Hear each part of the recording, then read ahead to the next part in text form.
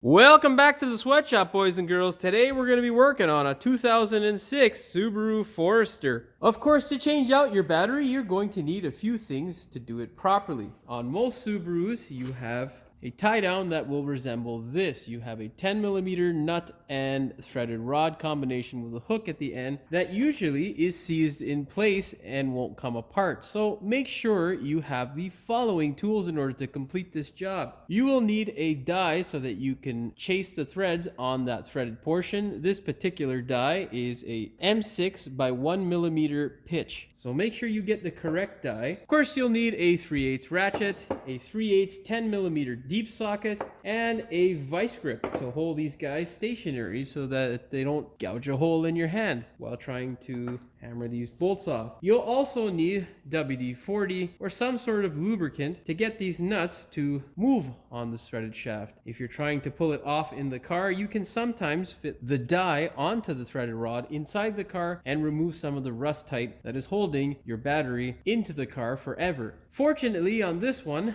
we don't have to deal with that because we have the wrong battery in there altogether. So, of course, make sure you are replacing it with the correct size battery that will fit in the given place by the manufacturer so that you don't end up with the issues that my customer has, which are extremely dangerous. This is another reason why these sort of jobs should only be tackled if you are confident that you are doing the correct job, because if you do something like what he has done, you could potentially cost yourself the car and even worse, your life, which would be terrible. So I'll show you exactly what that is. Now, of course, if you're in a situation where you have to pull these guys off in the car, you can sometimes fit the actual die onto the threaded rod in order to get the one side loose so you can pull the clamp out. The other things you're going to need once you chase the thread on this is anti-seize. Douse it in anti-seize heavily so that you don't run into the same issue eventually when you have to replace the battery again. Also, white lithium grease for the terminals. You can use grease or anti-seize as well, but I don't know. I like the white lithium grease. And of course, if you don't want to sit there spinning your ratchet round and round, use a nut driver to drive these guys down.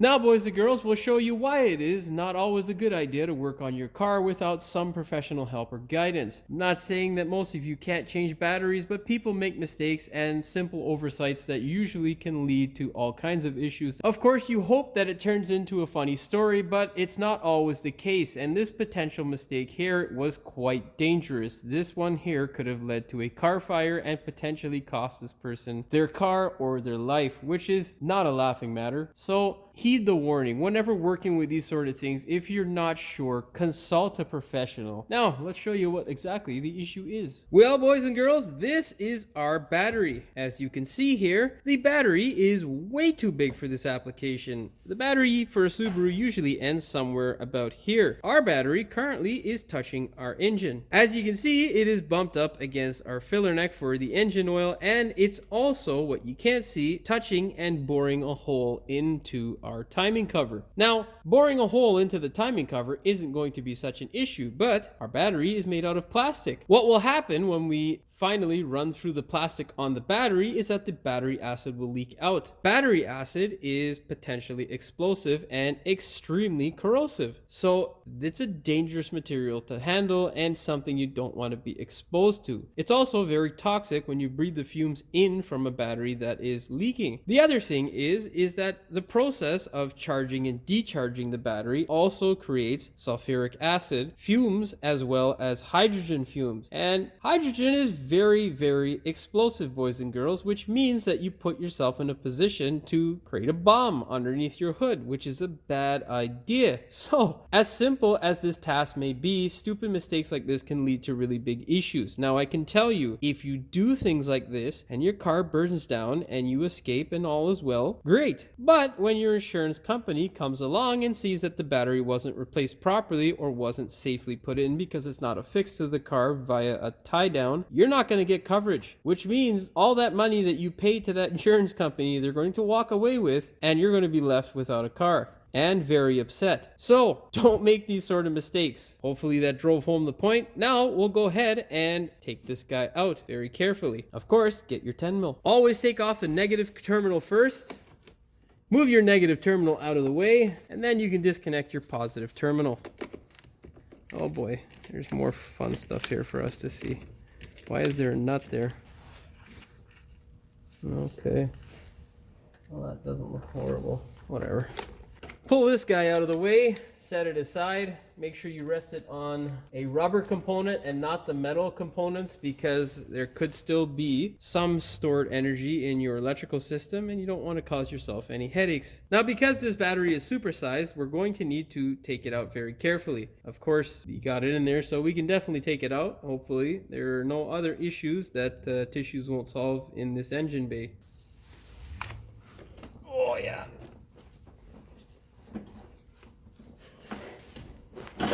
Oh god.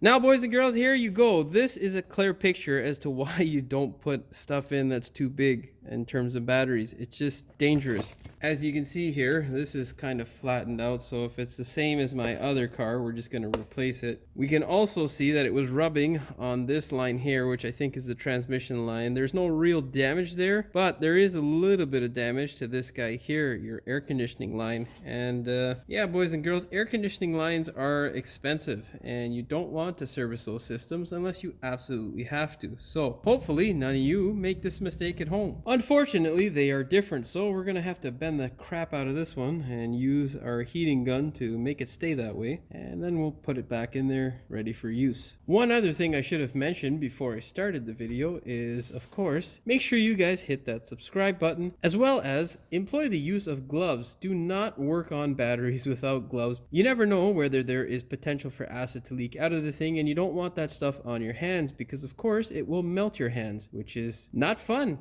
I imagine. Hopefully none of you have the same situation at home, but if you do, what I'm doing to repair this is using a heat gun. Of course, be very careful with a heat gun because, as the name implies, it gets very hot. All we're doing is just heating up the areas where we have problems and using the metal or side of my actual table just to keep it in place.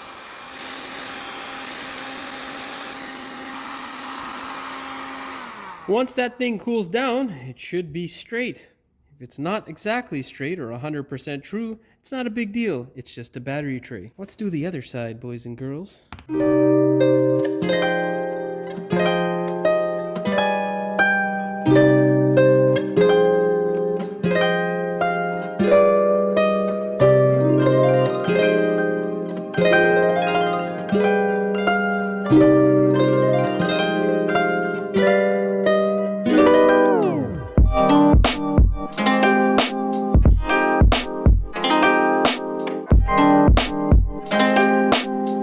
Now, in terms of this portion here, what I'm going to do is employ the use of a piece of wood and just force it down by hand. I'm also going to get my big welding leather gloves so that I don't torch these guys or my fingers, because I need those. And we'll continue on. And begin.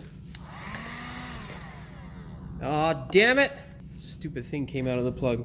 Okay, let's begin again.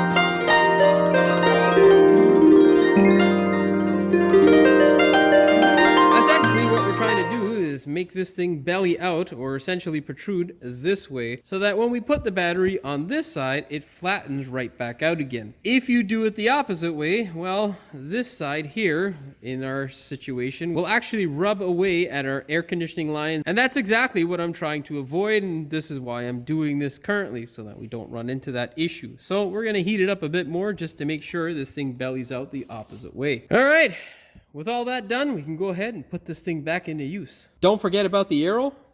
That goes towards the front of the vehicle. Well, that's a thumbs up for me, boys and girls. Well, with all that repair stuff out of the way, I'm pretty sure none of you guys had to do that at home. If you did, well, I'm glad you're watching this video and hopefully you've learned something. But we can now go ahead and put our battery into place. Now look at that, boys and girls. Does that not look so much better than that other heaping mess? I think it does. Put your handle down out of the way, just to get it out of the way. With these guys out of the way, make sure you use them on your old battery so that you don't have a situation where you have current passing through something you don't want it to. Of course, don't make the common mistake and leave one of them on. Make sure you get both sides off. We don't want you to tow your vehicle into a shop only to say that you don't have battery power after changing the battery. It's actually happened in the past, which is very funny. There's memes about this stuff. Don't become a meme, boys and girls. Now, boys and girls, the time has come for us to put our battery tie down into place. Of course, you're going to have to use these threaded rods here to affix this stupid contraption to the car. Although it may be, that's not stupid. It's a good contraption. It's just a pain in the ass because these guys always rust up in the rust belt. Rust belt makes me angry, boys and girls. It makes everybody angry. It makes everything hard for no reason. It makes you want to cry sometimes. They also don't account for rust belt problems in the goddamn books that we use. There's no section for, oh, by the way, if you're in the rust belt, you get an extra 3 hours of pay. No, they just expect you to be some sort of machine.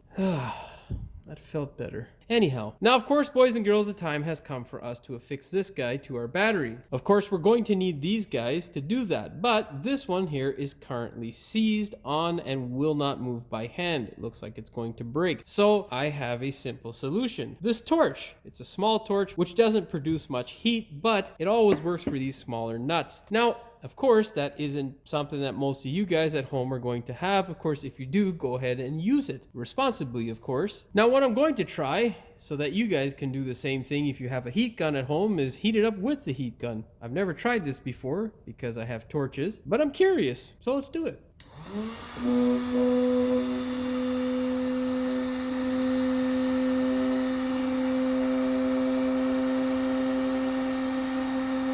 Yeah, we're gonna have to speed this up and put music over it because I'm bored already and it's been like 5 seconds. No, look at that!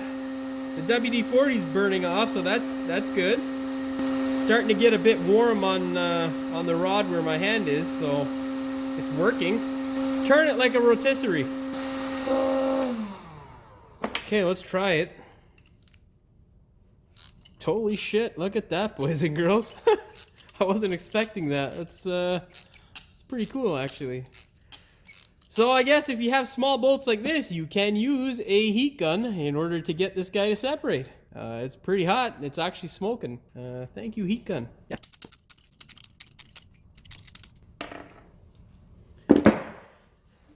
Now with that separated, what you want to do is put a little bit of oil or some sort of lubricant on this shaft here so that you can run it down with this die and not gall or destroy your die as well. Remember, boys and girls, WD is almost always your friend.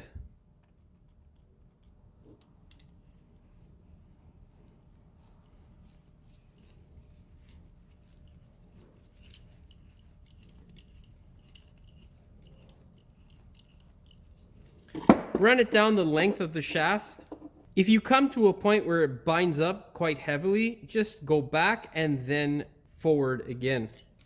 And in case you're wondering, I'm securing it with my vice grip so that this hook portion doesn't bore a hole in my hand, because I need those almost every single day. You can see inside the flutes there how much junk and crap has actually come off of the threaded rod. All of that there, boys and girls, is just rust tight. Of course, as you're pulling it off of the shaft, if you do come to a point where it is binding up, just make sure you go over that section with the die again. Now, wipe that guy off, spray it down with some brake clean, and then lather the hell out of it with anti-seize. What a difference, eh, boys and girls? Now take a healthy dose of this stuff and just smother it on.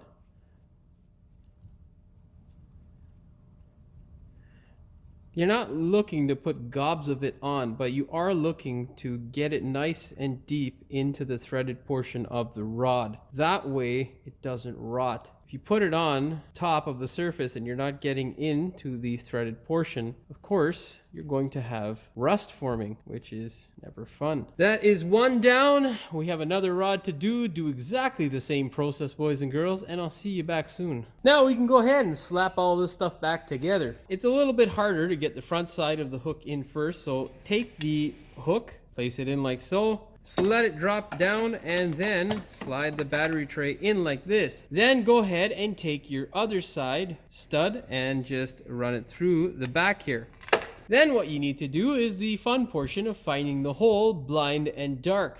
The good thing is there is a little bit of a guide on the Forester so that you can actually locate it a little bit easier than most other battery trays. How you can locate it is there is a small little cutaway in the tray. So if you're using your stock tray back, it's easy to locate because that guide is right where that hole is going to be. You just have to fish around a little bit. I don't know if any of that made sense. Essentially, there is a little guide on the tray that holds the battery in place. So what you want to do is line your stud up and just fish it into the hole. It actually is quite hard to see, but not completely invisible. Of course, do the back side. Fucking short. Don't say that, but I don't have the fucking longer one. You bum, it's too fucking short. Fuck! Well, boys and girls, we will reconvene soon. I have to find a longer one because this pile of shit is too short. Well, boys and girls, I found a longer one, thankfully. Yay. Now, just go ahead and do the same thing I was telling you before in the previous segment, which is fish this guy through the hole, try to locate the hole, and then run your bolt down. Once you have it hooked, what you can do is just run your bolt down by hand. Of course, if you didn't clean your threads, you're going to need a ratchet and socket combination or a impact gun like I have. Of course, center your battery the way you would like it, and then run those bolts down. Now here's the thing with this. I don't know if there's a specific torque. I'm not going to look it up, never have, never will. What you want to do is make sure your battery is not crushed by the amount of torque that you're applying to these bolts, and you also want to make sure that your battery isn't going to slide around. As long as it is snug in there and the battery is not moving around, as well as your bolts or studded portion of this rod, you're not going to have an issue. Do not over tighten and do not under tighten. The best thing I can tell you is to make sure you snug your bolts up and do the wiggle test to ensure that the battery isn't moving around. And you're good to go. We can now go ahead and put our terminals back on. Now when putting your terminals on, always make sure that you put on the positive terminal first. The reason being is that if there is any corrosion or you're working with a used battery, or if there is hydrogen gases escaping from the battery, majority of the time they escape from the positive side. And if you have a spark on this side, that could potentially be a dangerous situation. So keep yourself out of harm's way and connect this guy first, then your negative terminal. I'm not sure why the nut was put in place here. Maybe they just didn't have a washer. We're gonna go ahead and thread the nut back in place because the actual terminal looks to be in fairly decent condition. I don't know what the theory was behind that. Maybe we'll find out the hard way soon. Now put your nut back into place if you have the same situation. Go ahead, put your terminal in and on your battery. Of course, get your ratchet and 10 mil and tighten it down.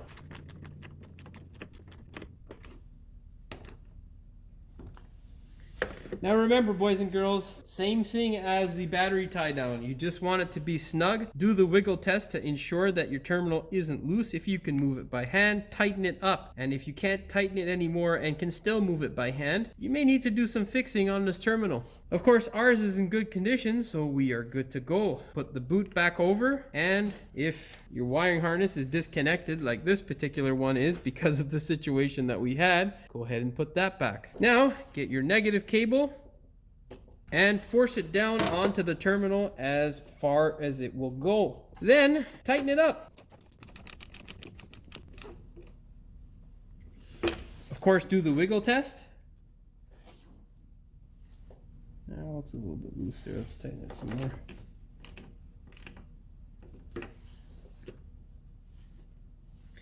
That's better. And there you go, boys and girls. We are done with this battery install. I'll show you which harness piece that I'm talking about and which one might be disconnected if you have the incorrect battery installed on your Subaru. It's actually more of a common issue than you would think. A lot of people sometimes get batteries that are close by or have a post in the middle of the battery and generally like to disconnect this positive cable, which is a bad idea because, of course, when you disconnect it, it will rub on the engine. This here, boys and girls, is the positive terminal that I am talking about. This clip here mounts to this metal bracket. And what a lot of people will do is they will leave it and then it rubs away. Thankfully, this customer doesn't drive around very much, so there's no real issues other than the timing cover and the old battery. Of course, we've remedied the old battery situation and the timing cover isn't broken, it's just ugly looking, which isn't really a problem. Now, go ahead, grab a little bit of WD-40, just spray it or drip it onto that bracket, and then slide home your harness clip. That's that. We're done with the harness. Oh, I already forgot something. Well, I'll show you what I forgot. What I forgot to tell you, boys and girls, is to spray down your terminal with some white lithium grease. Of course, you should know by now that if you're employing the use of white lithium grease for best application, shake well. Oh, now give it a spurt.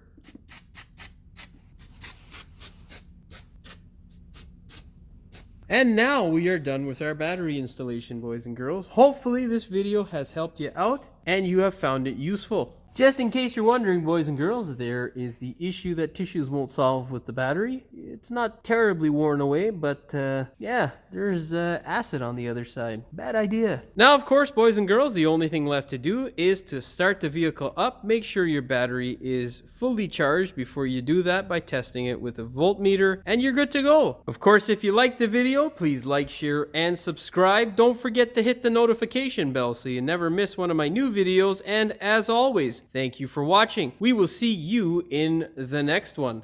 M6 by... Come on, focus. Reading this out in their eulogy. That's a terrible thing to say. God damn. Now it's bumped up against the engine filler neck for the oil. I don't know what the fuck I just said. And what will happen when that plastic is exposed or has a hole in... What? Exposed plastic? What the fuck? Put the negative terminal on first. Oh no, wait. That's not what you do. I have to put music over this now. Son of a bitch. Move your negative terminal.